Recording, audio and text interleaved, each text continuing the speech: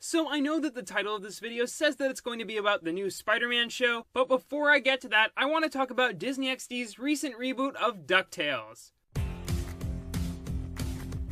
This is a nearly perfect example of how to bring back a cartoon from the ground up. The original DuckTales, while great for its time, is very simple compared to the cartoons we have today. But this new series captures the original's adventurous spirit while updating the characters, animation, and theme song, but it still retains every part of what made them special in the first place. I'm very happy with what I've seen of this reboot so far, and I'm excited to watch more. But this video isn't about the DuckTales reboot. That's not what I want to talk about today. No.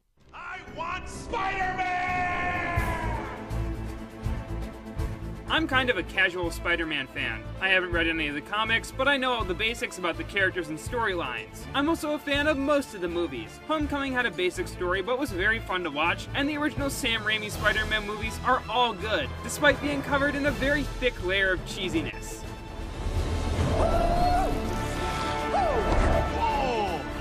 He stole that guy's pizza! Even though I'm a fan of the character, and I'm a big fan of cartoons, if you couldn't already tell, I haven't really seen any of the Spider-Man cartoons outside of a few episodes of the 90s animated series ages ago. But apparently Disney had my back, because they've just launched a new Spider-Man animated series, only 7 months after the previous one ended, simply titled Spider-Man, or Marvel Spider-Man if you don't feel like calling it Spider-Man 2017. I'm really starting to hate this common trend of reboots that share the same names as the originals, since now you have to differentiate each property using the year that it came out in. Come to think of it, that's actually the only problem I have with the DuckTales reboot so far. At first I wondered why the creators decided to give their show such a boring and uncreative name, but after watching the show, that name has begun to make a lot of sense. The first question that I have with any new take on a beloved property is, what's the twist? In other words, what does this incarnation of Spider-Man do differently compared to the others? The answer is, hardly much at all. We have the typical Spidey origin story, where Peter Parker is an average kid that no one understands until he gets bitten by a radioactive spider and his life gets flipped upside down. Check it out, I flipped the image on screen upside down to correspond with when I said upside down. I'm like the best editor in the world.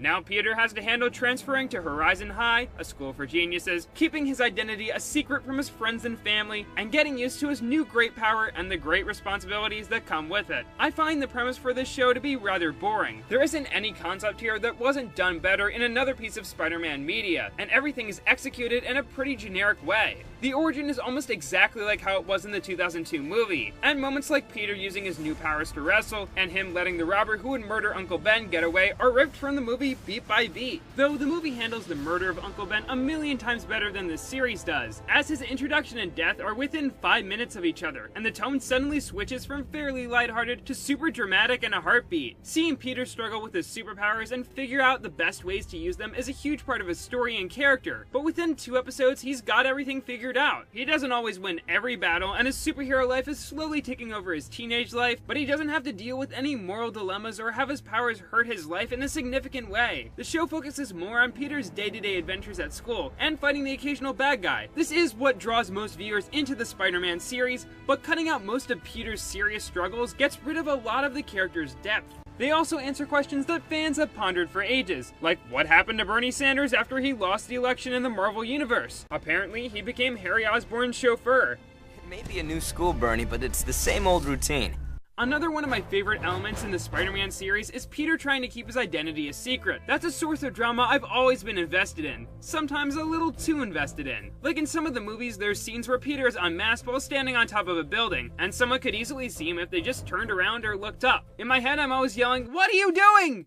Put your mask on!" But in this show, the secret identity thing isn't taken seriously at all. Peter takes seconds to change in and out of his costume, and nearly no one questions how similar he looks and sounds to Peter, or how he's able to be invested in the problems at Horizon High despite not being a student there. Usually, Peter changing into Spider-Man is just a joke here, which completely squanders what could be a great source of drama. Because of his lack of depth in all areas, this Spider-Man is really boring to me, and most of the time, everything he says just comes off as annoying too. Peter is almost always saying something nerdy or science related, because the writers really want you to know that he's a nerd who loves science. This in turn downgrades his origin story, since he uses the steps of the scientific method to understand his powers. This causes the shorts that form the series' origin episode to be formulaic and have very little stakes, which once again is disappointing considering how interesting the origin of this character has been before. Also, whenever Peter's Spider-Man, he never shuts up. I know that Spider-Man is known for his one-liners during fights, but 95% of what he says isn't even funny. Much better! It's quite a scream you got there! Ever think of auditioning for... So you know how to scream? But even though the title character doesn't make much of an impression on me, maybe some of the supporting characters can.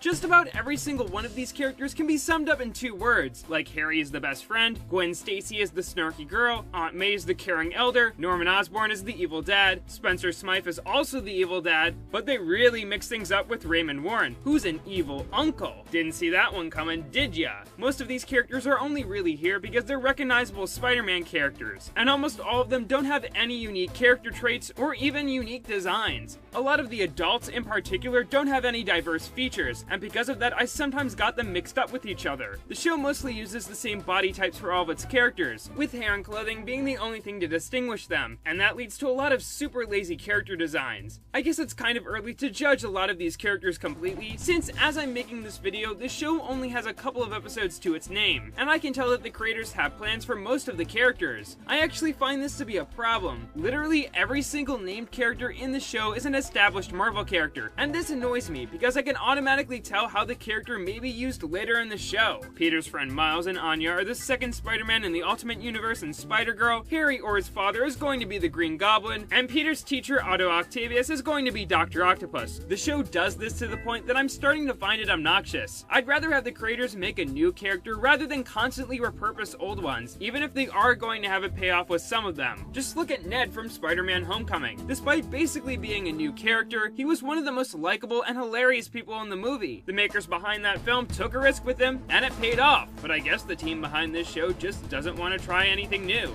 This series might not even be able to pay off all the characters it sets up, especially if you consider something about the show that I'll mention later in this review, and I really don't want to have the series end, and Otto Octavius is still a short, wormy teacher instead of one of the coolest villains in the franchise like he really should be. Speaking of villains, most of them are pretty pathetic. They all get a few minutes of screen time each, and their origin stories are either never explained or explained very briefly. A lot of Spider-Man's villains have a somewhat relatable backstory or some kind of connection to Peter, so having most of them show up without any formal introduction not only alienates new viewers, but also makes the characters weaker in general. A lot of the villains have lame abilities too. The Vulture has the ability to create really loud and annoying screams, and has this huge orange headpiece covering his whole face. How is he even supposed to see through it? The characters Shocker and Clash are just 2 kids with technology who believe that the best way to stop a friend from turning against you is to turn against them even more. Also, Shocker is voiced by Cameron Boyce, who was the really annoying boy on Jesse. This isn't actually his first appearance in a Spider-Man show, since Jesse actually had a crossover episode with Ultimate Spider-Man. Yes, this really happened.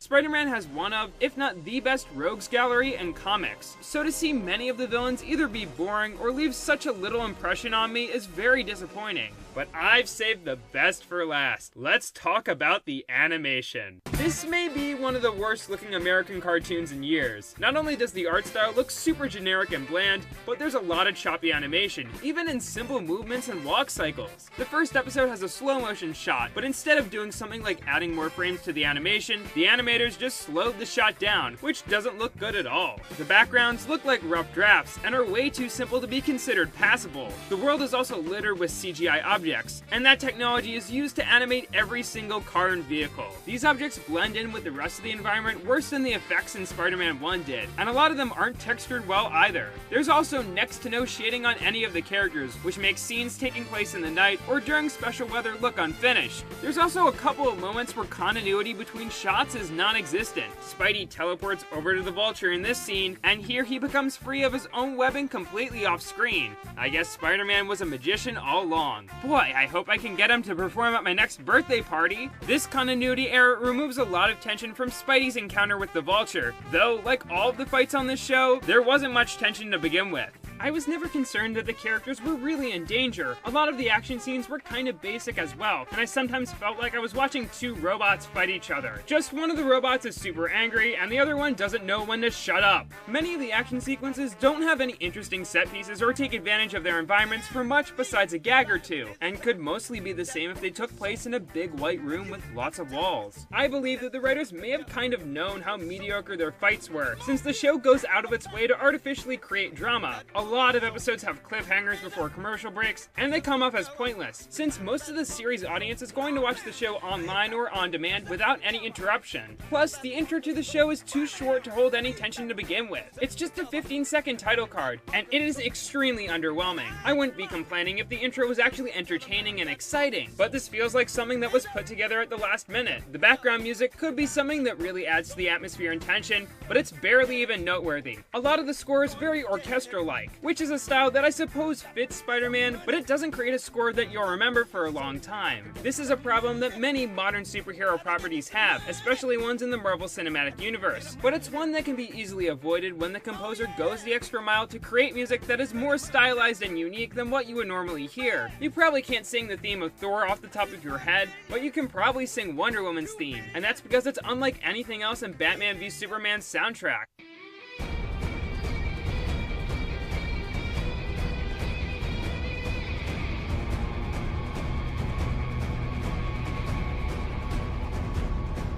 I suppose the composer for this series did create some unique and memorable music in a few places, but it's unique and memorable for all the wrong reasons. Like, why is pan flute music associated with the Jackal? If you looked at this character and thought that the pan flute would be the instrument best suited to him, then I don't think we were looking at the same character. To wrap this up, Disney's Marvel's Spider-Man 2017 is one of the laziest cartoons I've ever seen. It doesn't do anything new or interesting with its cast, its animation, its action, its atmosphere, or even its Spider-Man. I expect so much more from Disney XD. It's produced a lot of fantastic cartoons recently, and even when they aren't super fantastic, they're at least really creative or fun to look at. But this Spider-Man show doesn't have anything to offer that wasn't done better somewhere else, and I give it a score of 3 out of 10. If you want a Spider-Man show that does everything this series does, but a million times better, then just watch this.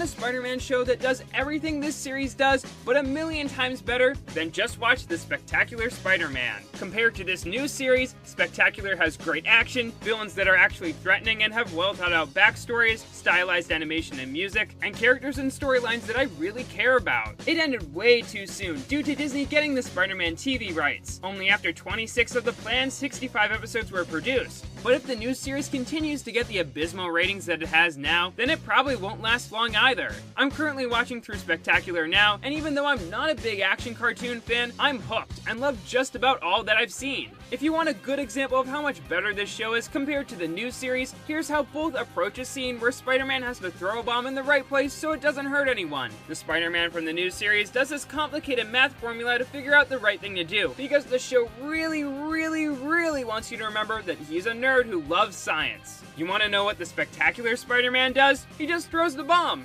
How did they manage to make this moment so exciting and not super boring and pointless? It seems like the new Spider-Man series just really wants to be Spectacular Spider-Man. The setup and many plot points are very similar, and this follows the trend of this reboot, putting as little effort and creativity into everything that it does. Now I understand why this series wasn't given as much advertising as the DuckTales reboot, or why it wasn't given a cool name like The Amazing or The Spectacular Spider-Man, and that's because it doesn't deserve it. Next time Spider-Man gets another cartoon, I hope that Marvel tries to do something entirely new that we've never seen before, or at the very least, give Bernie Sanders his own spin-off, detailing his various chauffeur adventures.